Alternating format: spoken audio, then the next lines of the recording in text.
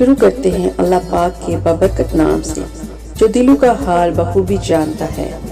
تو دوستو، جو دوست میرے چینل پر نئے آئے ہیں برائے مہربانی میرے چینل کو سبسکرائب کر کے بیل نوٹیفیکیشن آن کر دیں تاکہ سب سے پہلے آپ کو ویڈیو مل جائے۔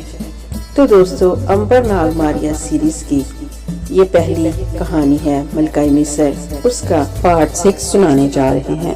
تو چلتے ہیں کہانی کی طرف۔ فرعون کے دربار کا شان و شوکت دیکھ کر محسوس ہوتا تھا کہ یہ دنیا کے سب سے بڑے شہنشاہ کا دربار ہے۔ دربار کے در و دیوار سے دبدبا، رعب، عظمت، اقدار و شوکت ٹپکتی تھی۔ قہرمان کو پتہ چل گیا تھا کہ امبر اس کے بھیجے ہوئے سپاہی کو ہلاک کر کے اور فرعون کی جان بچانے کے صلے میں دربار میں داخل ہوا ہے۔ اسے اس بات کا بڑا صدمہ تھا کہ اس کے جگری دوست کی وجہ سے اس کی سازش ناکام ہو گئی۔ اگر اس رات امبر سپاہی کو ہلاک نہ کرتا تو آج اخناتون کی جگہ سپہ سالار قہرمان مصر کے تخت پر بیٹھا ہوتا، لیکن وہ امبر کو کچھ نہیں کہہ سکتا تھا۔ پھر بھی یہ صدمہ اس کے دل پر نقش ہو گیا تھا اور وہ امبر سے نفرت کرنے لگا تھا۔ امبر کو دربار میں شاہی حکیم کا مقام حاصل کرتے دیکھ کر اس نفرت میں اضافہ ہو گیا تھا، مگر قہرمان نے دل کی بات دل ہی میں رکھی اور امبر کی طرف مسکرا کر دیکھ رہا تھا، بلکہ دربار میں داخل ہوتے دیکھ کر اس نے امبر کو گلے لگا لیا اور مبارکباد بھی دی تھی۔ تم نے بہادری کا کام کیا ہے امبر، فرعون کی جان بچا کر تم نے اس کی محبت اور خوشنودی حاصل کر لی ہے۔ میری دعائیں تمہارے ساتھ رہیں گی، تم بہت ترقی کرو گے۔ شکریہ قہرمان، تم میرے جگری دوست ہو۔ اس وقت اگر تمہیں خوشی نہیں ہوگی تو اور کس کو خوشی ہوگی؟ میں تمہاری دعاؤں کے لیے تہہ دل سے شکر گزار ہوں۔ اس کے باوجود امبر کا دل بھی قہرمان کی طرف سے صاف نہیں تھا۔ اسے معلوم تھا قہرمان اس سے ناراض ہے کیونکہ اس نے فرعون کی جان بچا کر قہرمان کے منصوبے پر پانی پھیر دیا ہے، لیکن اوپر سے وہ بھی قہرمان سے خندہ پیشانی کے ساتھ باتیں کر رہا تھا۔ اتنے میں بڑے زور سے سینکڑوں نفریوں نے بج کر فرعون مصر کے دربار میں تشریف لانے کا اعلان کیا۔ سارا دربار ادب سے اٹھ کر کھڑا ہو گیا۔ اس سے پہلے جب فرعون مصر دربار میں داخل ہوتا تھا تو سارے درباری سجدے میں گر جایا کرتے تھے، لیکن اخناتون نے انہیں ایسا کرنے سے منع کر دیا تھا کیونکہ اس کے خیال میں انسان کو سجدہ صرف خدا کے سامنے کرنا چاہیے۔ کم خواب اور اطلس کے پردے ایک طرف ہٹے اور فرعون اخناتون اپنی چہیتی بیوی امبر کی والدہ ملکہ مصر نفریتی کے ساتھ خدمتگاروں اور محافظوں کے جلوہ میں دربار میں داخل ہوا۔ ہر طرف ایک رعب چھا گیا، دربار میں سناٹا طاری ہو گیا۔ فرعون اور ملکہ بیش قیمت سونے کے تاروں سے منڈے ہوئے شاہی لباس اور سونے کے تاج پہنے تخت پر آ کر بیٹھ گئے۔ خدام آداب سے ایک طرف سر جھکائے کھڑے ہو گئے، غلاموں نے مورچھل ہلانے شروع کر دیے۔ درباری فرعون کا اشارہ پا کر اپنی اپنی کرسیوں پر بیٹھ گئے۔ دربار میں گہری خاموشی طاری ہو گئی۔ اس وقت کوئی زیادہ زور سے سانس بھی لیتا تو اس کی آواز بھی آ جاتی۔ وزیر دربار نے آگے بڑھ کر تخت کو بوسہ دیا اور غرض ملکہ نوبیا کی جانب سے حضور کی خدمت میں طوائف پیش کیے جا رہے ہیں۔ اس کے ساتھ ہی اشوری اور سوڈانی غلام سروں پر سونے چاندی کے تشت لیے آئے اور بادشاہ اخناتون کی خدمت میں رکھتے گئے۔ یہ تشت چین کے سلک، سوڈان کے سیاہ چیتوں کی کھالوں، بحر روم کے اردو عنبر، یمن کے سچے موتیوں، سمرقند کے سیاہ ہرن کی کستوری، افریقہ کے جوہرات اور گوال کنڈا کے زمرد اور نوبیا کے کانوں سے نکلے ہوئے سونے کے سکوں سے بھرے ہوئے تھے۔ اس کے بعد سومریا کے شہنشاہ کی طرف سے ہندی اور بابلی کنیزوں کا تحفہ پیش کیا گیا، جسے اخناتون نے شکریہ کے ساتھ واپس کر دینے کا حکم دیا۔ سومریا کے شہنشاہ کو ہماری طرف سے شکریہ کا پیغام دینے کے بعد کہا جائے کہ ہم اپنی تمام کنیزوں کو آزاد کر رہے ہیں، ہمیں اس قسم کے تحفوں کی ضرورت نہیں ہے۔ سومریا کے سفیر نے ادب سے سر جھکا کر کہا، جو حکم شہنشاہ جہاں۔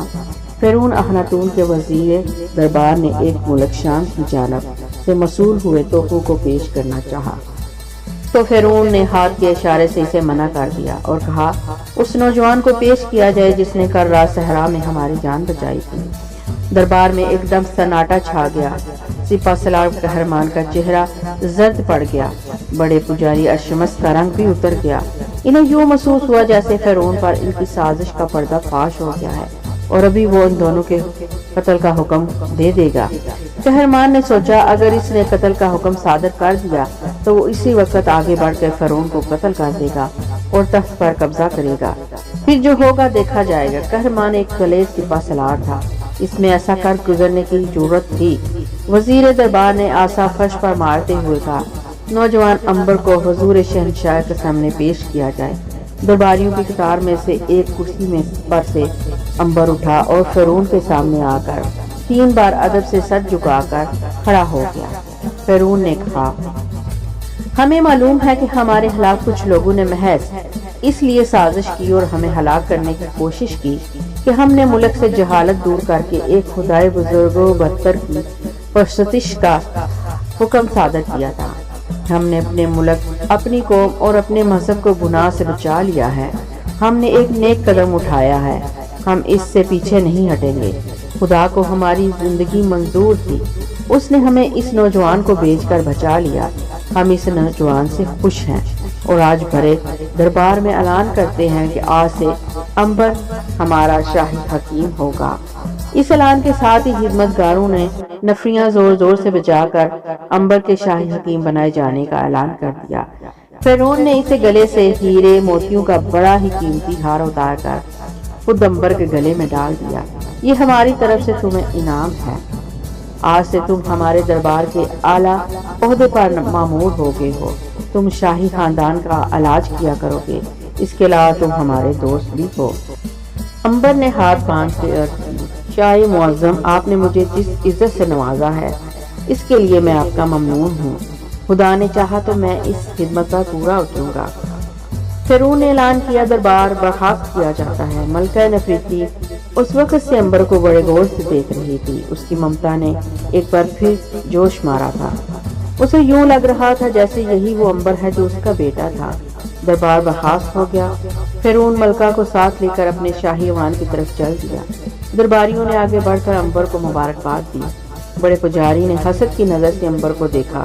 قہرمان نے منافقت سے کام لیتے ہوئے عنبر کو گلے سے لگا لیا اور کہا، مبارک ہو عنبر، رب عظیم کی قسم آج کا دن میری زندگی کا حسین ترین دن ہے۔ تم اسی لائق تھے، تمہیں شاہی حکیم کا عہدہ دیا جاتا۔ آج تمہارے اعزاز میں ایک زبردست دعوت ہوگی۔ یہ شاندار دعوت قہرمان کے اپنے عالیشان مکان میں دی گئی۔ اس میں درباریوں کے علاوہ شہر کی تمام معزز ترین لوگ بھی شریک تھے۔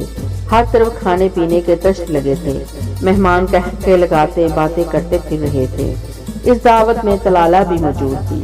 عنبر نے اس کی طرف دیکھا تو وہ مسکرا کر آگے بڑھی اور اس نے عنبر کو مبارکباد دی۔ مبارک ہو عنبر، تمہیں امید ہے تم ہم لوگوں کا دربار میں ضرور خیال رکھو گے۔ عنبر نے کوئی جواب نہ دیا اور آگے نکل گیا اور درباریوں کے ساتھ باتیں کرنے لگا۔ طلالہ نے قہرمان کے ہاتھ کے اشارے سے ایک طرف بلا لیا۔ کیا بات ہے طلالہ، عنبر تم سے ناراض کیوں ہے؟ میں ایک عرصے بعد تم سے مل رہا ہوں، کیا کچھ جھگڑا ہو گیا تھا؟ طلالہ نے کہا، ادھر انجیر کے درختوں میں آ جاؤ، مجھے تم سے ایک راز کی بات کہنا ہے۔ قہرمان طلالہ کے ساتھ اس کی طرف گیا جہاں انجیر کے درختوں کا جھنڈ تھا اور سنگ مرمر کے چبوترے پر بیٹھ گیا۔ کہو، وہ کون سی راز کی بات ہے جو تم مجھ سے کہنا چاہتی ہو؟ طلالہ نے ادھر ادھر غور سے دیکھا اور کہا، سنو قہرمان، جس نوجوان عنبر کو تم اپنا دوست سمجھتے ہو وہ کس کا بیٹا ہے؟ قہرمان نے بڑے سکون سے کہا، رجال ماہر تعمیرات کا بیٹا ہے۔ غلط ہے، وہ رجال کا بیٹا نہیں ہے۔ قہرمان نے مذاق سے کہکا لگا کر کہا، تو کیا وہ تمہارا بیٹا ہے؟ طلالہ بولی، مذاق کا وقت نہیں ہے قہرمان، میری بات غور سے سنو۔ عنبر مصر کا شہزادہ ہے، اس کے پاس شاہی خاندان کی مہر ہے۔ قہرمان چونک پڑا، کیا کہا؟ عنبر مصر کا شہزادہ ہے؟ ہاں، اس کے پاس فرعون کی شاہی مہر ہے۔ تمہیں کیسے معلوم ہوا؟ وہ مہر عنبر نے خود مجھے دکھائی تھی۔ اس کے بعد طلالہ نے قہرمان کو ساری کہانی سنا ڈالی کہ کس طرح عنبر نے اس سے شادی کی خواہش کی تھی۔ طلالہ نے اس سے جراحی کے آلات ہتھیا کر اپنے غلام سے کہہ کر اسے مکان سے باہر ہکوا دیا تھا اور پھر کس طرح عنبر نے اسے شاہی مہر دکھا کر کہا تھا کہ طلالہ نے جس نوجوان کے ساتھ شادی سے انکار کیا ہے وہ مصر کا شہزادہ ہے۔ قہرمان سوچنے لگا، پھر ہاتھ ہلا کر بولا، نہیں نہیں، یہ کیسے ہو سکتا ہے؟ میں بچپن سے عنبر کو جانتا ہوں، وہ رجال کے گھر میں پیدا ہوا، ہم دونوں چھوٹے چھوٹے تھے جب دریا کنارے کھیلا کرتے تھے، پھر بھلا وہ مصر کا شہزادہ کیوں کر ہو سکتا ہے؟ اس نے وہ مہر کہیں سے چرائی ہوگی۔ بہرحال جو کچھ بھی ہے، فرعون کی شاہی مہر اس کے پاس موجود ہے، تمہیں اس سے ہوشیار رہنے کی ضرورت ہے قہرمان۔ قہرمان نے حسب عادت ایک زوردار قہقہ لگایا اور کہا، طلالہ، قہرمان ایک دلیر سپہ سالار ہے، وہ کسی سے خوف نہیں کھاتا، ہاں لوگ اس سے ضرور ڈرنا چاہتے ہیں۔ وہ دعوت میں آگے قہرمان عنبر کے ساتھ باتیں کرنے لگا، پھر وہ اسے ایک طرف لے گیا۔ اس کے دل میں طلالہ کی بات نے ایک الجھن سی پیدا کر دی تھی۔ یہ ٹھیک ہے کہ وہ کسی سے خوف نہیں کھاتا تھا، مگر عنبر کے پاس فرعون مصر کی شاہی مہر کا ہونا خطرے سے خالی نہیں تھا، اور اگر کسی طرح یہ مہر قہرمان کے پاس آ جائے تو وہ اس سے بڑا فائدہ اٹھا سکتا تھا۔ اس نے عنبر سے کہا، عنبر تم میرے بچپن کے دوست ہو، اگر میں تم سے کوئی بات پوچھوں تو کیا سچ سچ بتاؤ گے؟ ضرور سچ سچ بتاؤں گا۔ تم مجھ سے کیا پوچھنا چاہتے ہو؟ کیا تمہارے قبضے میں فرعون کی شاہی مہر ہے؟